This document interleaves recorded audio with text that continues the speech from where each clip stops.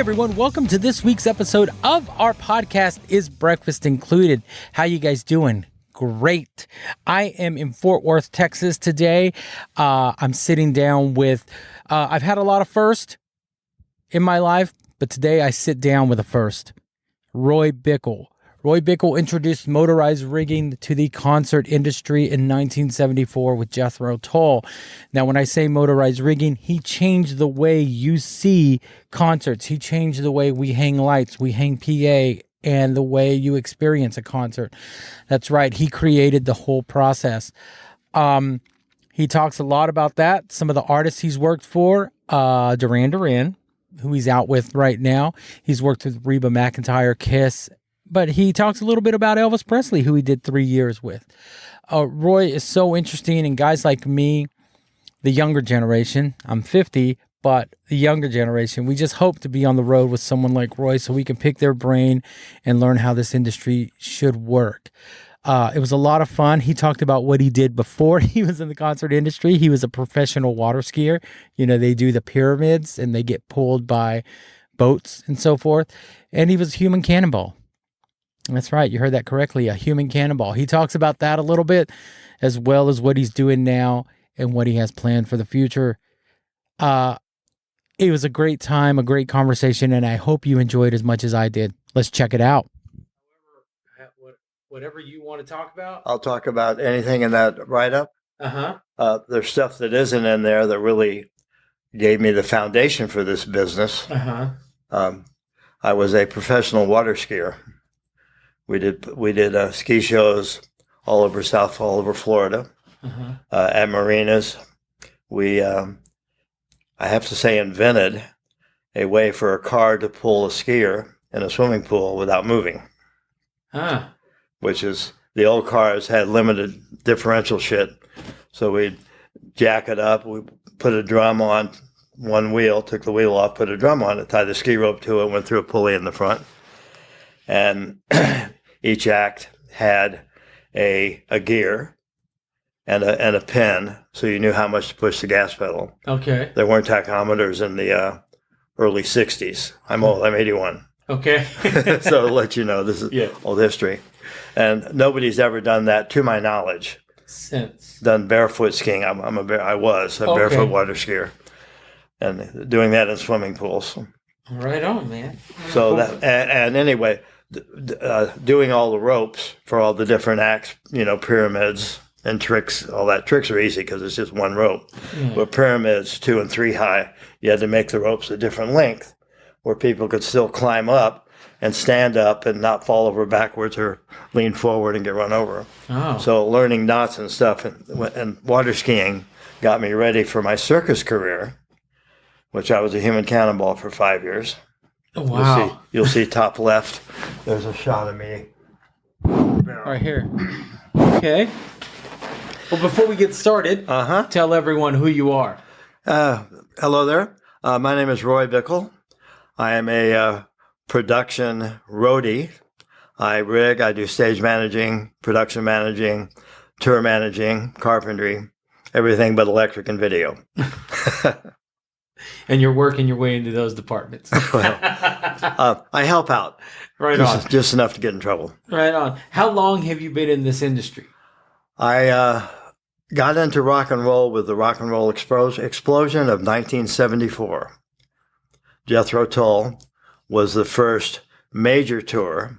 A company called McManus did the lighting. I spoke to them. On a previous, I worked in Broadway. For a while. I did Chicago, Pippin, Chorus Line, Truckload. I did a bunch of shows. And on the break-in of one of those, you did all the theaters in the Northeast. We played a theater in Philly, and I saw Chain Hoist. And it was like from a factory. They were using it motor up, and it operated with 2 strings on a bar. You rock thumb up and the chain would go up, you rock thumb down and the chain would go down. I said, wow, you know, you do this and get a bunch of guys to pull the strings, you know, and you could hang anything. You know, I wasn't thinking about rock shows because I hadn't gotten into that. I was in theater. Anyway, when through people that I met, I was offered kind of told to be the carpenter and put together the whole crew for Jethro Tull in 1974. And that McManus was going to do the lighting. And they were talking about block and falls or chain falls. So I met with a guy at McManus and told him about the chain hoist I had seen in the theater. We called up CM, Columbus McKinnon, who was the really only motor supplier in those days. Now there's a lot of companies that supply motors. And I told them what we wanted to do. I said, we want to turn the motors over and operate them motor down. We want to carry them all in individual boxes. And we wanted 60-foot chains. 60 was a long chain in those days. And the guy says, God, we only have 10 or 15 foot because they were all using factories on trolleys. And somebody would be a rope on and guys would pull them back and forth. They'd lower it in, pick something up, drag it somewhere else and set it down. I said, and we want to make an electrical control. Instead of pulling strings, we want to have some kind of relay or something to know what to call anything and have a box and you push, a selector switch and you could do one motor or two or however many you wanted to do. There weren't any.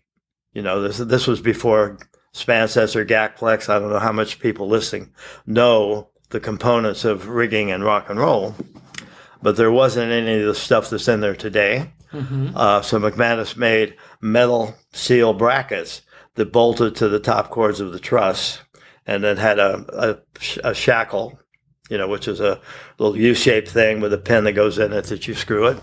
And you hook the bottom hook of the motor into that. Yeah. You run all the control and power cables from the motors come down in a place that won't be in the eyesight way of the audience, and plug it into the box and push buttons and truss would go up.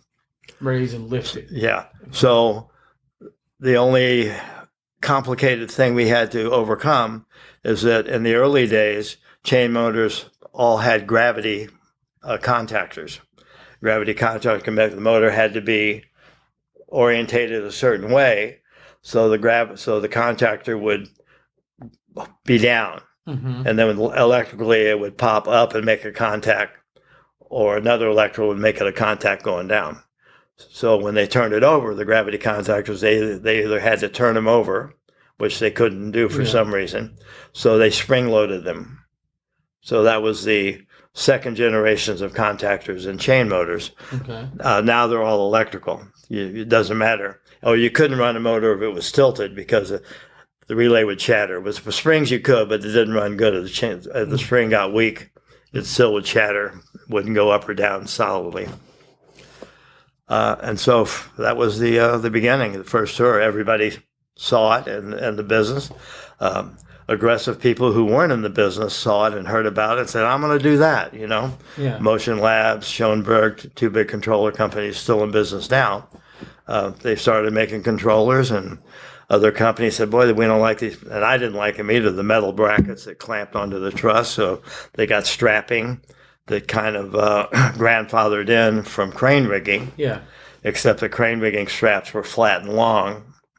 So they made loops. I had nothing to do with that other than using them.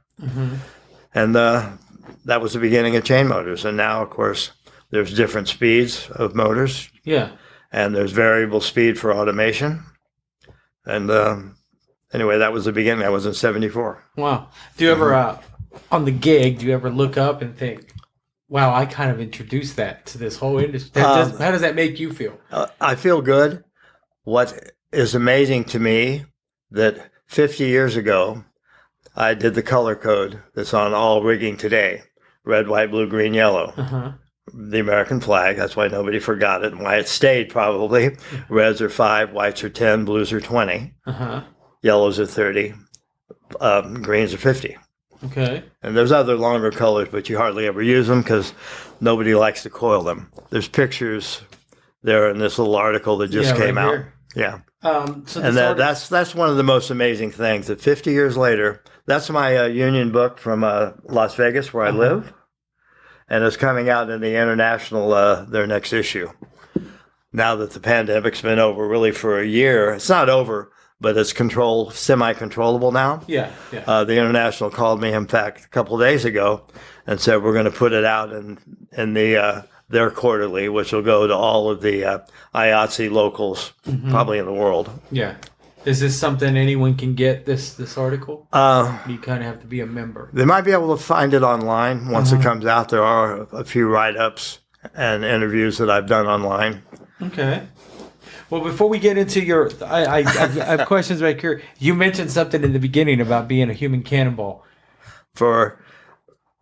After my water skiing career, I was a show skier, tournaments. I didn't ski tournaments, but I did all the acts.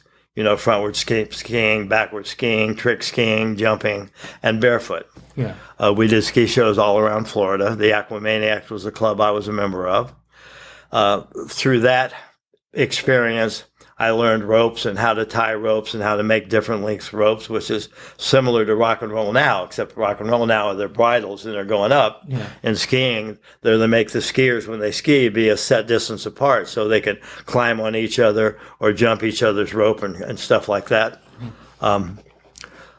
So that, towards the end of that experience, the girl that ran it, Faye Zucchini, had married Hugo Zucchini, the son of the guy who invented the Human Cannonball Act.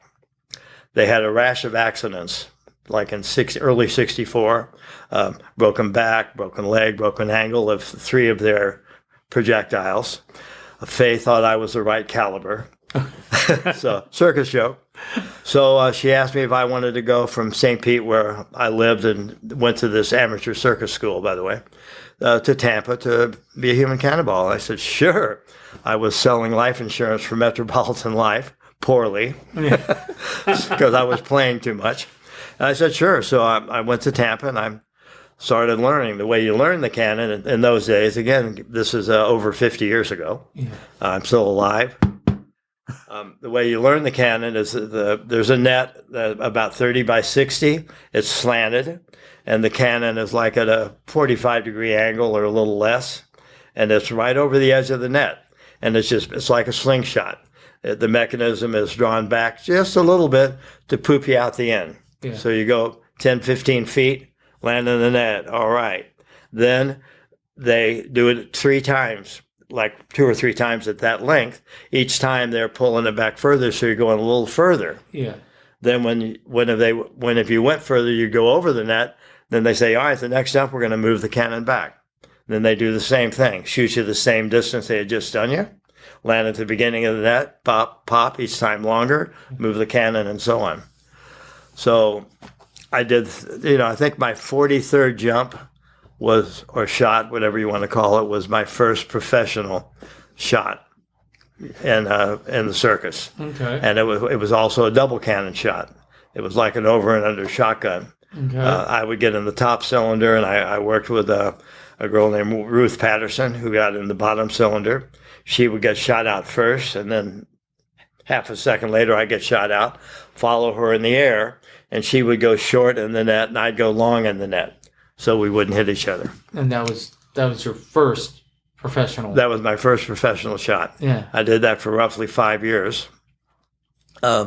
Towards the end of it, or at least during that process, I did trapeze and trampoline and other peripheral acts just to make a little more money. And then I started prop bossing and being a circus rigger and a head rigger. And I was in New Orleans.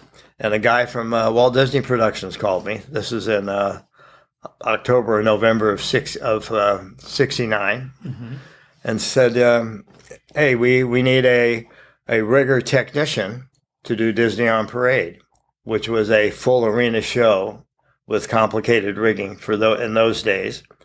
And this is before chain motors. Yeah. So there weren't. This is in '69. Chain motors were '74. Yeah.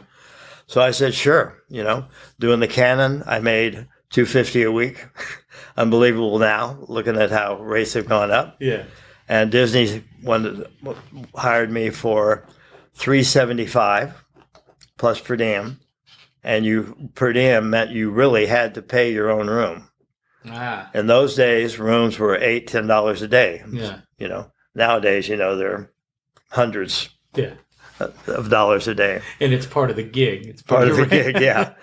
We get per diem, and we try not to use it for anything. But So, and I flew to L.A., and of course they hired me. And our first show was in Chicago. In fact, we just played there with Duran Duran. I'm on Duran Duran now. Yeah. And been doing touring ever since. Wow. So Jethro Tull was your first big tour. The first rock and roll tour that I did, and also was the first tour that I know of with chain motors. Okay. Every tour after that had chain motors, different controllers. I did all the major acts in the 70s, 80s, and 90s. Were you highly in demand after that? Yeah. I in fact, the companies that bought motors, mostly audio and lighting companies, had no rigging.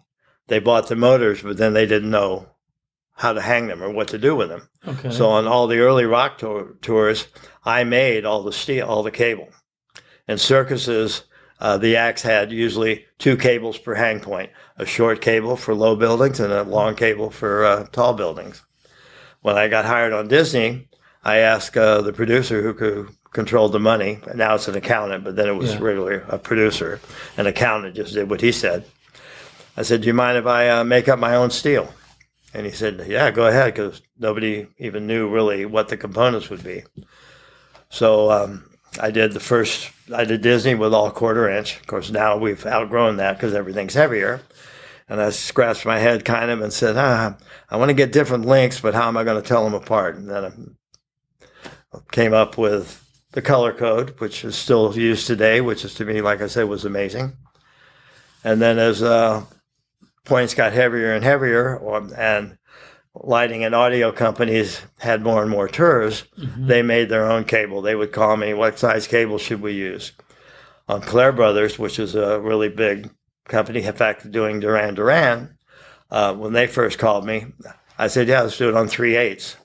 And then because I looked at the braking strength of a little over 14,000 pounds, now we had gone from not only 1 tons, because 1 ton was what the standard motor was to begin with, we went to 2 tons, 4,000 pounds. So, 14,000 pounds of braking strength is a little over 4-to-1 safety factor. Yeah.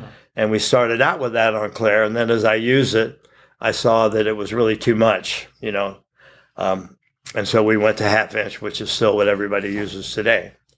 On Disney, I took every crane class I could take. Those were the only classes that there were in those days. There weren't any rock and roll rigging classes like there are, but there were crane classes which taught you not only how to use a crane, but how to use the hardware that was used for cranes. Yeah. Shackle sizing, webbing, all that stuff. Yeah. A little bit of bridling. We didn't have any of that in the circus. But just letting you know, 60 degrees is the point of diminishing returns. If you go more than 60 degrees, you have to increase your cable size because the tension on each line is going to be more than your load is going to be, more weight than your load. So that was that. So in all the years you've been doing this, of course, tours have become more excessive in what they're hanging. Yes. As you saw that progressing, were there times when you thought like that's too much? Or yes, when I first started doing this with circus in the 60s and then rock and roll in the early 70s, buildings weren't designed for a show to come in and hang 100,000 pounds. Duran Duran is like almost 80. Mm-hmm. We had to do a lot of bridling, say no a few times. It was left up to me as the only name in the rigging business of the time, and the engineer to talk it out. There wasn't AutoCAD, there wasn't Vectorworks, there weren't computers, there weren't cell phones. I don't know how I found anybody or anybody found me in those days, but that's true. There wasn't any of that stuff. So in many venues, myself and the engineer would go up on the catwalk, we'd walk around, and this was mostly on Disney and doing site surveys. I said, when we come in, this is what we want to hang. Now, I'm going to have to, we had wire racks. Wire racks are used chain falls, which are sometimes 4-ton, 6-ton capacity to tension their wire. So what I had them do, instead of hanging it, which they would do in a building that had a good beam, we got uprights, posts, and then guide it out so they wouldn't fall over. And then I would drill anchors, get permission, of course, to drill anchors in the seating risers, which were all concrete in arenas. We didn't do any outdoor shows in those days. Yeah. And then we'd crank it down, and because those were the heaviest points. And on Disney, there was a progression of going from tying cable, like we did in the circus, to baskets, and chokes. We eliminated chokes pretty quickly because you're not supposed to choke wire rope. Any rigging handbook will tell you that. And been doing that for 50 years. And now the methods are still basically the same. Mm-hmm. Now there's an addition of deck chain or stack chain, which really came from tugboats that were real strong. They worked real good. They were kind of clumsy size and didn't fit all the shackles. So CM made a stack chain, special theatrical alloy chain that every rock show carries. In the early days, you couldn't hit height and location. You could hit one or the other. So height would be what you would always hit. Yeah. You got to have height and you get as close to location as you could. Yeah. And now you can. Yeah. Now you can hit elevation and height. Most riggers don't pay attention to having all the hooks the same height. As long as the lowest hook is high enough, they're pretty good. Yeah. And you have a set length of chain. So if you don't hang at full height, you're having to add more steel, which means you have to carry more parts and pieces in your rigging kit. So you started this Duran Duran. We just started this a little over a week ago. Yeah. And being in the industry as long, have you ever worked with them before? I did one show with Duran Duran when it was the same tour with, I was tour manager actually, for 10,000 Maniacs and Natalie Merchant. Okay. We played Madison Square Garden, the same venue we just played. And I think Natalie closed the show, but I think it was a co-headline thing. I really don't remember. But that's the only show I knew of them and knew their music, but that's the only show I had done with them. Yeah, just kind of scanning through this, you worked with some pretty big acts, most notably being a fan, Elvis. Oh, yeah. 3 years with Elvis. 75 till he disappeared, quote unquote, in 77.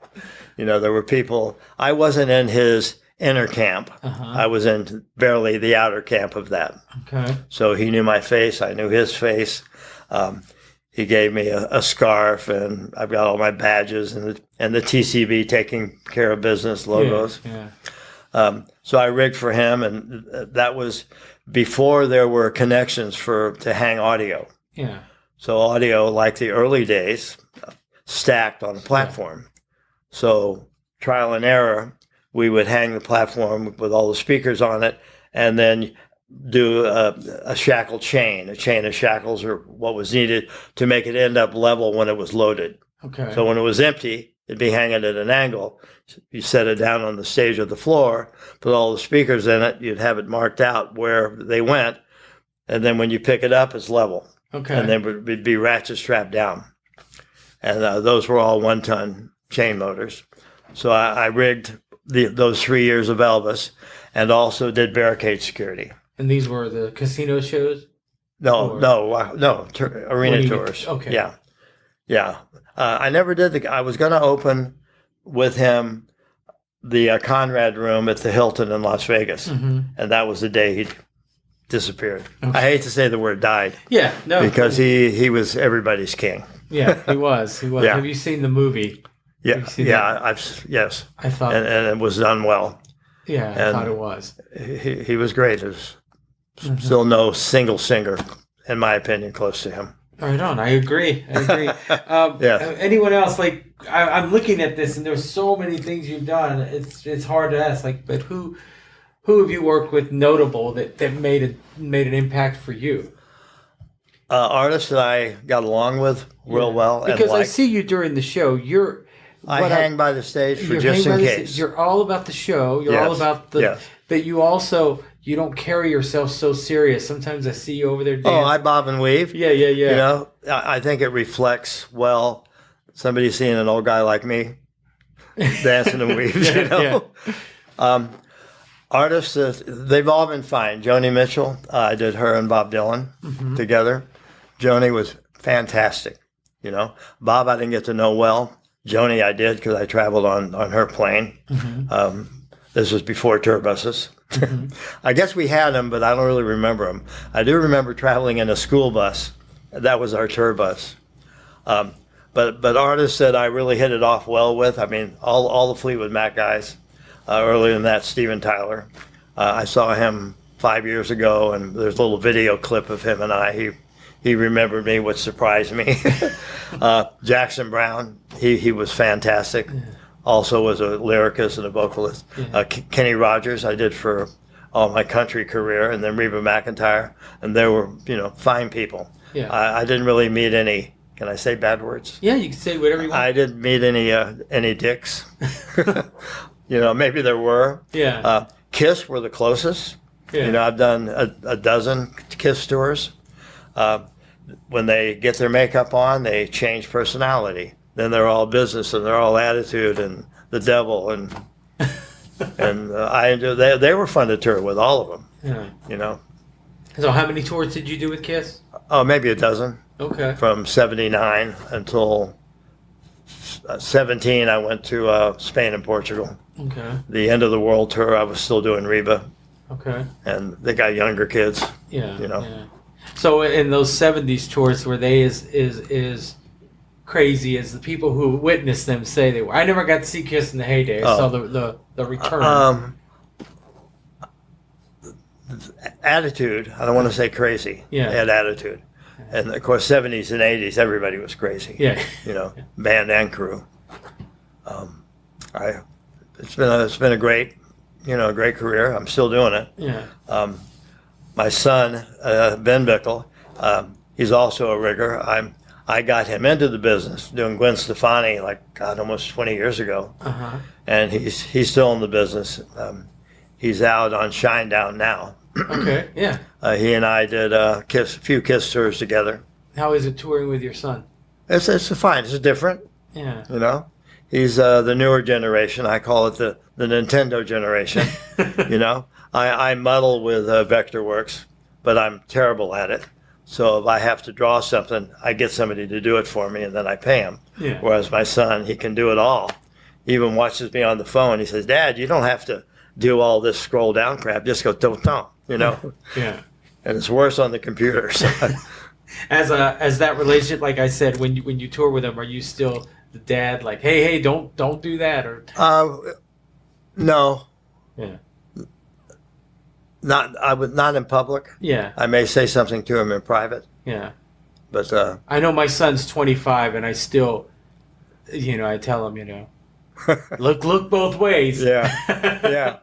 My son texted me this morning to tell me hello from some guys in Nashville. Yeah. I mean, not Nashville, in Knoxville. Okay. Bobby Carroll, a rigger there, I've known about 40 years. Yeah. And then one of the guitar techs said he was on a tour I did, but he didn't remember what tour. Yeah. Guys bounce around, I guess, in between when your main act is out. The Kiss techs do that. Yeah. There's a handful of them that rotate it. John can do it, Tom will do it, and so on. Yeah. I don't mean to eavesdrop, but the other day at the Garden, a gentleman came up to you and he said, "Hey, I read your bio. It turns out I did this show. You guys had done a show together in the 70s." Yeah. He and I did the Wiz together. Yeah, Wiz. Yeah. That's what it was. I was automation on it, and he ran a spotlight. I said, "You must have been 12," and he laughed. Said, "No, I was 18." Do you hear that a lot? Do you hear that?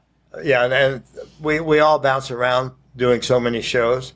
It's hard to remember crew-wise who all was on any particular tour. Yeah.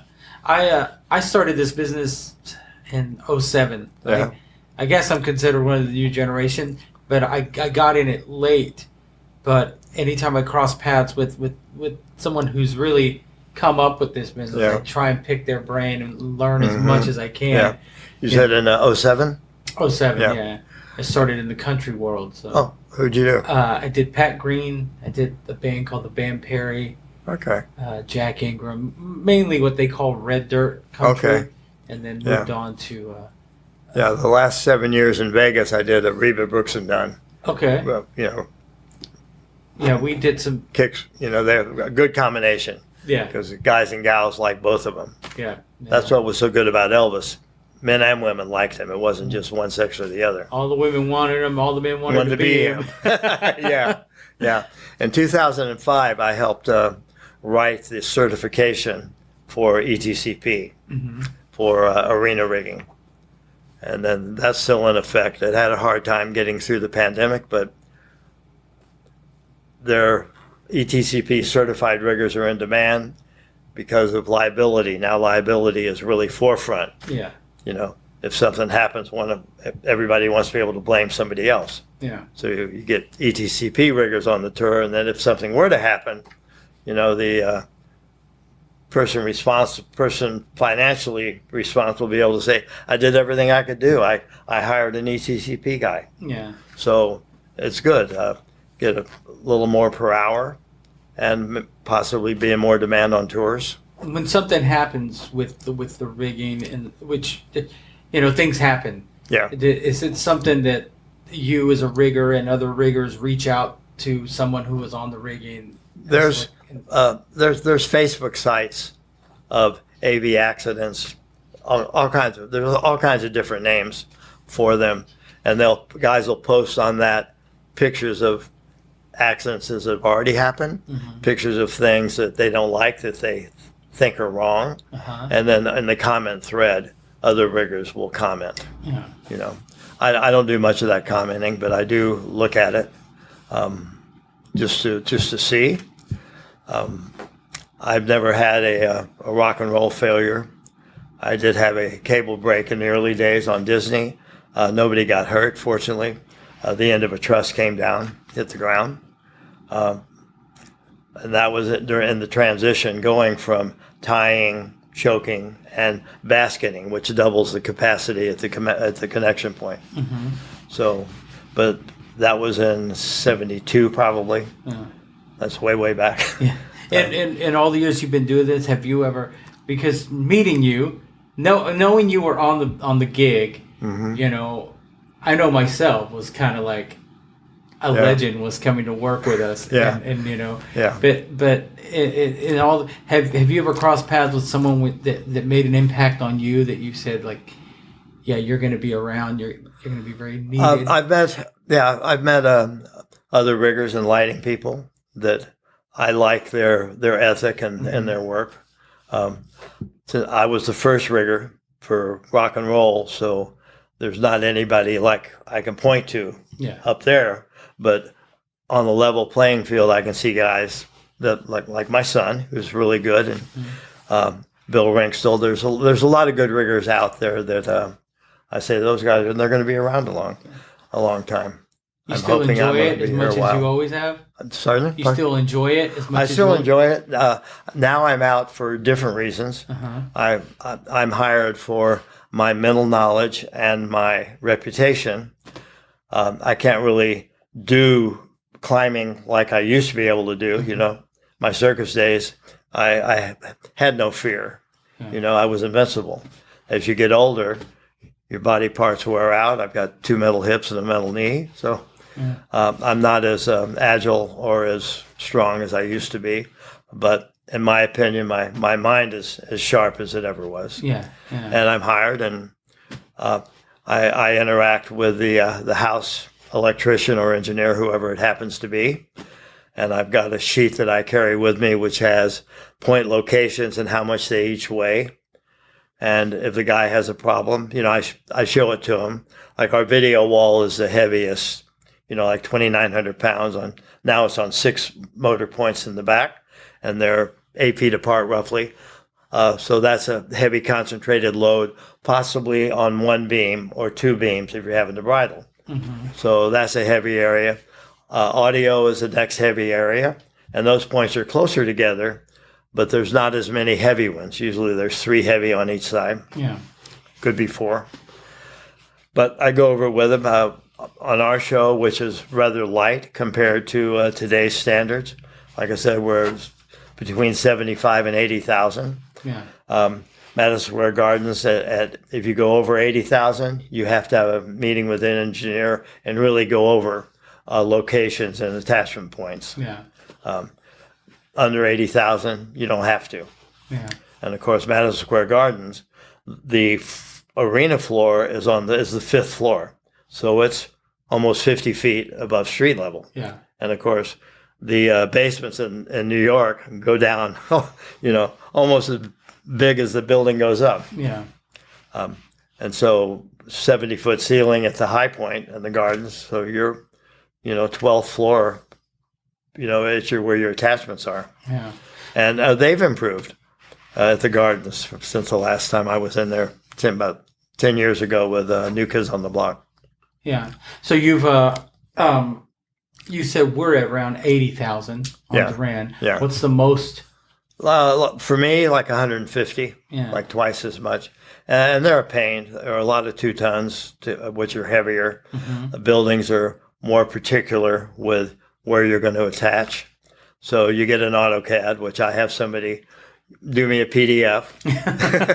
So I can look at it, and I say, it's got to be to scale. And then I can draw it out. On it, there'll be a legend. Like I do a lot of convention work. Uh-huh. There'll be a legend and a color or a number. These beams are all good 4,000 pounds of panel point, 12 feet apart, or whatever it is.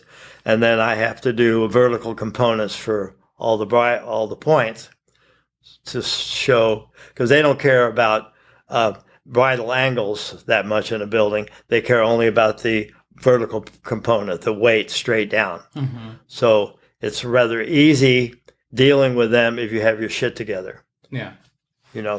And if you have your shit together, they know it, and that makes them worry less. Yeah. Oh, Roy Bickel's coming in? We don't have a worry in the world.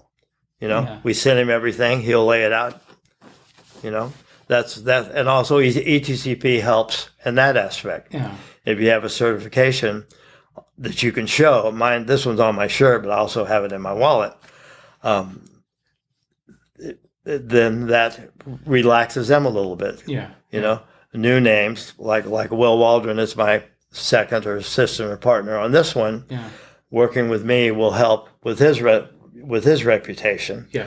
He's going to get his ETCP because, in my opinion, you need a certification of some kind that's recognized around the world. Yeah. Just like for climbing, there's Spratt and IRATA. That if you're doing free climbing, you have to be safetied off all the time, and if you're the one putting in the safety, which you are in a virgin building, you have to have a level 3, and if somebody checks, in the old days, we did it all free climbing. Yeah. No testing, only we're part monkey, used to be. So ETCP, when did that start, you said? In 2005, 10 of us met. ETCP was a brand new company. Mm-hmm.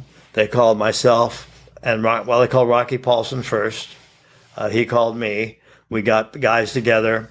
We met in Kansas City, and they had a guy, I forget the company, who dictated to us the kind of questions we had to ask mm-hmm. to make the certification test viable. And I don't remember all the details of that, but it was a pain. So what we did what we tried to do, because there wasn't a practical test. Practical test, hey, do this with, do this, hang this point. We didn't have that. It was almost like draw this point, which is totally different. And we tried to do the test where it would weed out textbook people who had never rigged. Yeah. The requirement was you're supposed to have 5 years of rigging experience, but there's really no real way to check that. Yeah. Oh, well, I did this and this, but I don't remember who I did it with. There was that kind of answer. So we took the words, not me, but we, the organization, took the words, as you should really, of the people that took the test. And we found out, in fact, at the Gardens, you saw me talking to that guy. Yeah. The reason we were talking for almost an hour is he's bitching that ETCP's guys have come in that know how long these two bridle legs have to be, but they didn't know how to make it that long. You know, 18 feet might be a 10, a 5, and 6 links of a deck chain. You know, and they didn't know how to do that. If you had a 18-foot cable, then they would know how to do it. But since you couldn't travel all these different lengths on a tour, when every tour manager or production manager is going to say, we got to cut a truck, you know. So like even on this tour, because our trucks were full, as you might have remembered, we had to add a truck for one move. Add a 7th truck, I told Einer, the production manager, okay, I won't order any 50s. You know, I'll add 20s and 30s so they'll be in the same box. So it's going to be heavy, but it will be less cubic footage. And also, coincidentally, local and road riggers don't like to coil long cable. It's too hard to coil it neatly. You know, and have it uncoiled neatly. They don't like to coil regular cable either. well, we've had pretty good crews most places. I mean, the Gardens crew, Local 1, is excellent. And we've had all good crews. I haven't played Fort Worth since Tarrant County. I don't know if that dome is it over there. No, it's actually more that way. I drove by there earlier. Really? What's that dome? That is the Tarrant County Convention Center. Yeah, that's where I played. Oh, okay. I thought you had asked. No, I haven't been to the building to Dickey's. Is where we're going. Dickey's that is the Tarrant. I haven't been to that one. But I did a lot of shows at Tarrant where I was climbing myself. Okay. You know? I went to my first concert ever in my life at Tarrant County. Oh, really? It's Ozzy Osbourne. Oh, that's one I haven't done. I haven't done the Ozzy tours. Are there any tours they give kind of like, you're like, I'd like to do that every night? Fortunately, and I don't know if it was subconsciously planned or not, but I like the music of just about every act I've worked with. You know, there's been festivals where I'll listen for a minute if I'm not really familiar with their music, and if I won't stay and listen if I don't like it.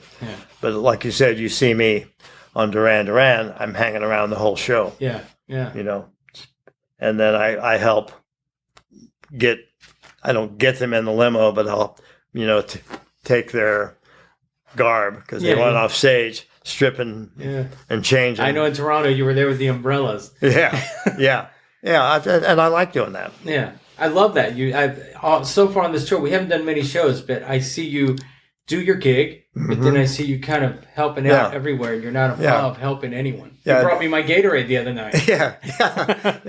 And Joanne likes me helping, and she'll put me in a location at times. And what's the other girl? Jessica, or tour manager? Kath. Yeah, Kath. I'm sorry. I don't deal much with her, so I'll try to get her name down. But she had me park the limos, you know, and so then after I got them parked, take a look. Is this okay? And she said, okay. You park them so they can just go out one by one? Yeah, they're all in line. I mean, they've got to be in the same order that she put them, because each of the band members already has stuff that's in each of them. And then the big van for, you know, the band players and the girls. You know, that's in bringing up the tail end. And then the part that I haven't seen before was the police escort in this Columbus outdoor show we did.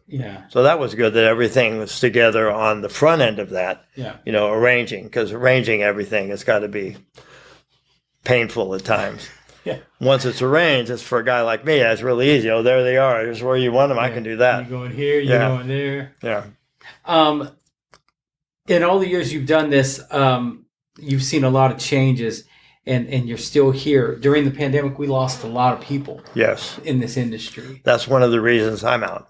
There are a big shortage of riggers still. So evidently, Einer had called Bill Ringstall, who was a really good, one of the top road riggers. And he called me and said, "Would I do a tour? How long is it? Da da da da." And I said, "Yeah, sure." I talked to my wife. You know, 'cause I do a lot of convention work. Fortunately, Reba had finished her residency run, so I didn't have that. And it's in between big conventions. You know, in October, I'll start planning for CES, Consumer Electronics. The big one. Which is the big one actually in January, but we started in December. And she said, "Yeah, you can go out for a month." So do you not do road work very much anymore? I do road work for Samsung and Canon cameras. Okay. Convention work. I haven't tried to go out with rock and roll, but she also told me if this goes next year, which I hear, to Australia or whatever, that if I'm asked, I can do that. Yeah. And I love Australia and the people there. Yeah. So. What does it take for somebody to be in this industry as a rigger? What would you look for in younger folk? To whatever city you live in, check under labor companies and look at the ads, look online, and go sign up to work just as a local stagehand.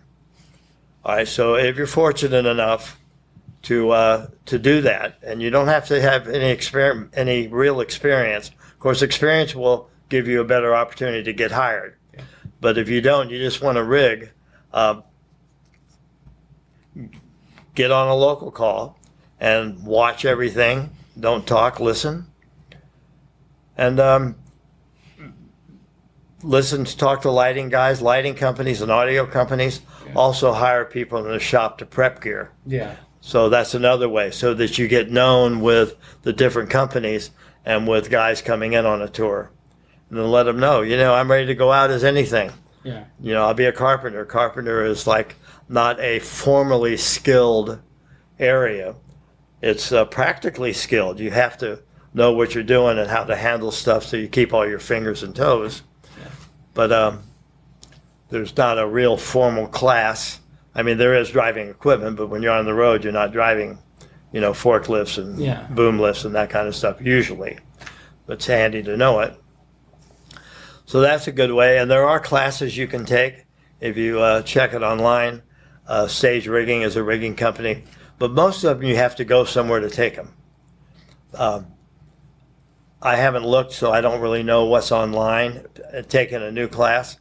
But go to a rigging store, get a catalog, which has shackles and wire rope and pair links and deck chain and gack flex and span sets and the components that we use, in rigging today.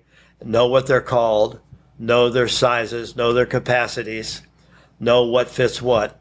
There's a lot of cases where we'll pick a shackle for size rather than strength, as long as the strength is strong enough for what we're using it for.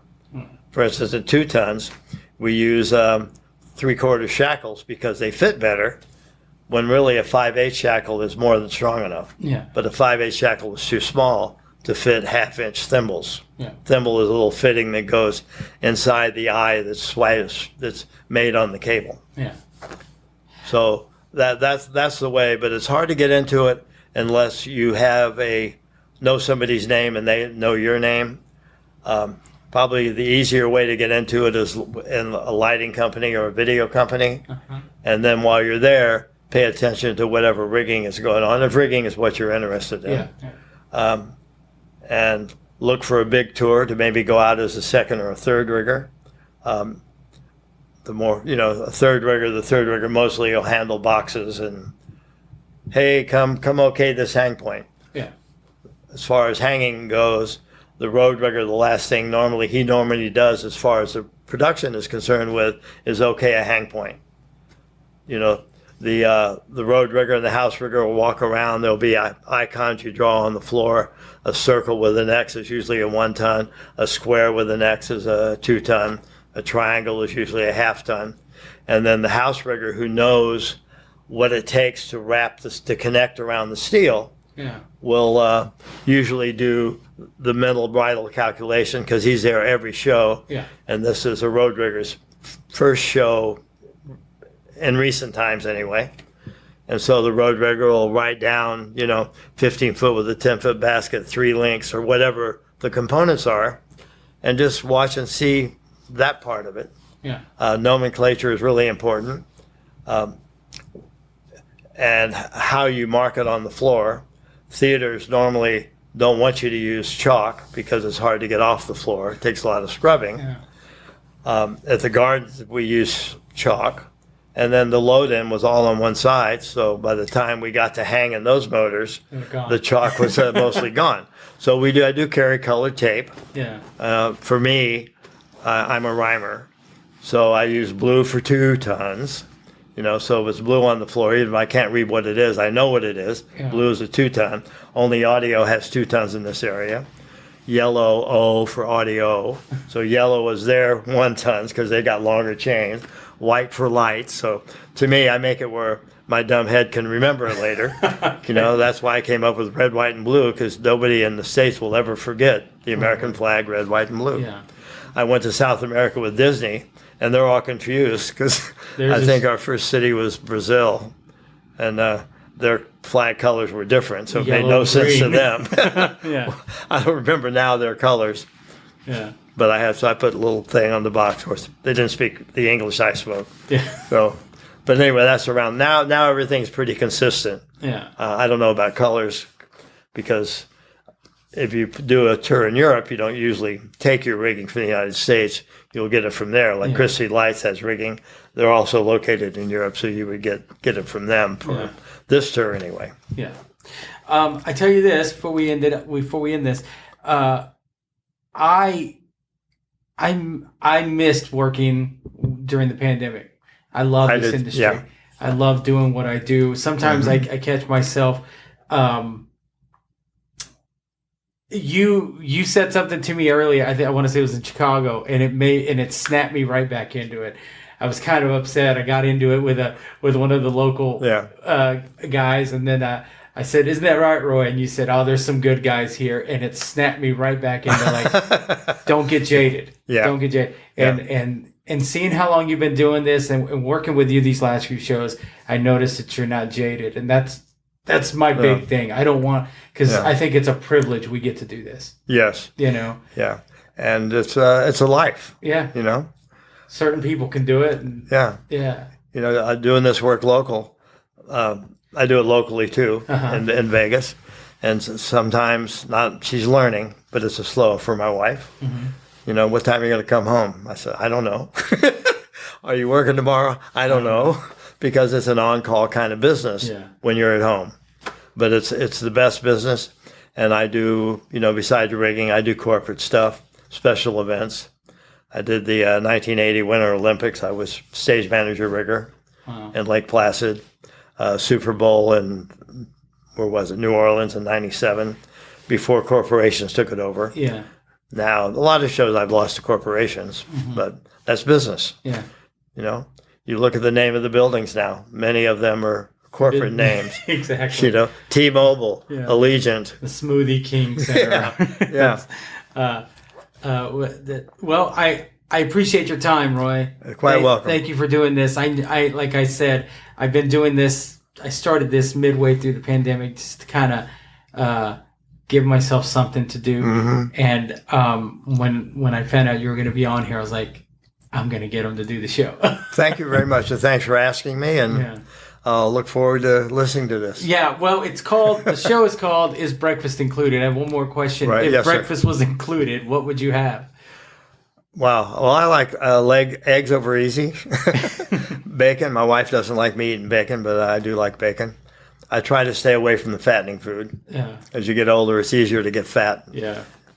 I try to stay away from it too, but it always makes its way to me. It's also good. All the stuff you're not supposed to eat. Yeah. Like sugar. Yeah.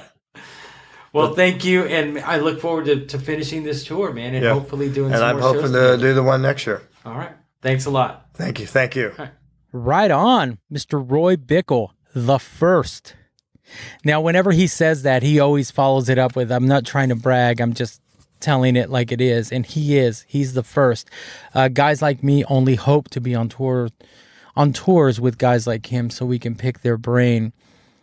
And like I said, see how this industry works. And I hope you enjoyed his conversation and kind of really took it in and can appreciate what he did for this industry and is still doing.